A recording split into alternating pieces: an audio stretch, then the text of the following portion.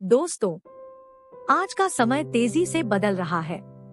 लोग खुद की पहचान बनाने के लिए कड़ी मेहनत कर रहे हैं, तो वहीं कुछ लोग आज भी मेहनत करने से जी चुरा रहे हैं। कभी आपने खुद के लिए वक्त निकाला है? चलिए पहले एक कहानी पढ़ते हैं। एक बार 4 लड़के अपने प्रतिभा और ज्ञान को जानने के लिए एक संत के पास पहुँचे। संत के वहां पहुंचने के बाद उन्होंने अपने दिल की बात संत को बताई।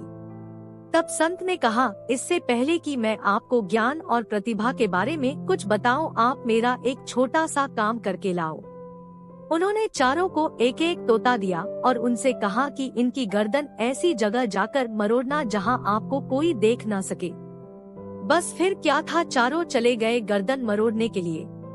पहला लड़का दोपहर में एक सुनसान रास्ते में गया। उस समय लोग अपने घरों में सो रहे थे, तो उसको मौका मिल गया और तोता की गर्दन मरोड़कर उसे लाकर संत के सामने रख दिया।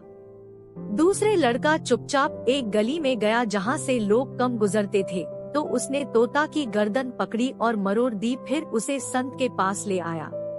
तीसरे लड़के ने सोचा कि मुझे अभी कोई भी देख सकता है, क्योंकि मैं अगर यहाँ आ सकता हूँ तो कोई और भी आ सकता है, तो उसने रात तक इंतजार करने की सोची। फिर रात होते ही गर्दन मरोड़कर तोता को संत के सामने रख दिया।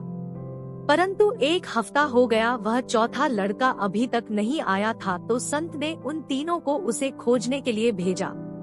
वे तीनों उसे ढूंढ के ले आए, तो संत ने उससे 1 हफ्ते तक गायब होने का कारण पूछा।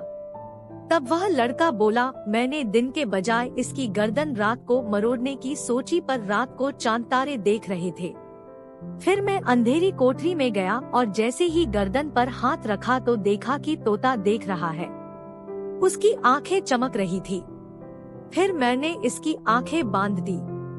जब वह तोते की गर्दन मरोड़ने वाला था, उसे संत का ख्याल आया कि संत ने कहा था, जहाँ कोई न देख रहा हो, पर यहाँ तो मैं खुद ये देख रहा हूँ। वह मुश्किल में था, इसलिए उसने बड़े विनम्रता से तोता संत को लौटा दिया और कहा कि मैं ये नहीं कर सकता, क्योंकि मैं चाहे कितने ही अंधेरे में चला जाऊं कि कोई मुझे न देखे, पर मैं तो ये देख रहा हूँगा, और आपने कहा था कि कोई न देख पाए। यह सब देखने के बाद संत ने उन तीनों लड़कों को वहाँ से विदा कर दिया और कहा कि तुम तीनों अपनी प्रतिभा नहीं पहचान सकते। संत ने उस चौथे लड़के को रोक लिया, क्योंकि वह एक बहुत ही गहरे अनुभव में पहुंचा था और खुद को जान पाया था। दोस्तों, यही बात हमें खुद के लिए देखनी चाहिए। जैसे कस्तूरी मृग खुद के अंदर से निकलने वाली गंध को ढूंढने के लिए पूरे जंगल में घूमता रहता है, ठीक उसी तरह हम अपनी प्रतिभा, अपने हुनर को ढूंढने के लिए इधर उधर भटकते रहते हैं। जबकि हमें क्या पसंद है, हमारा मजबूत पक्ष क्या है, इस चीज को हम खुद के अंदर नहीं तलाशते हैं। अगर आप खुद के लिए टाइम निकालोगे तो आपको आपके हुनर, आपके दिल की ख्वाहिश जो आपको सच में खुशी देता है, वो जरूर ढूंढने में कामयाब रहोगे। आज कई लोग ऐसे हैं जिनको खुद की प्रतिभा का अंदाजा नहीं है। वो बिना अपनी खुशी जाने जिंदगी को यूं ही काट रहे हैं जैसे जिंदगी जीना कोई सजा हो। मेरे कहने का तात्पर्य सिर्फ यह है कि आप यूं ही लाइफ को बर्बाद मत करो, बल्कि जो आपका टैलेंट है उसको जानो, और अगर एक बार जान गए तो फिर पूरे दिल से जुट जाओ उसे पाने के लिए।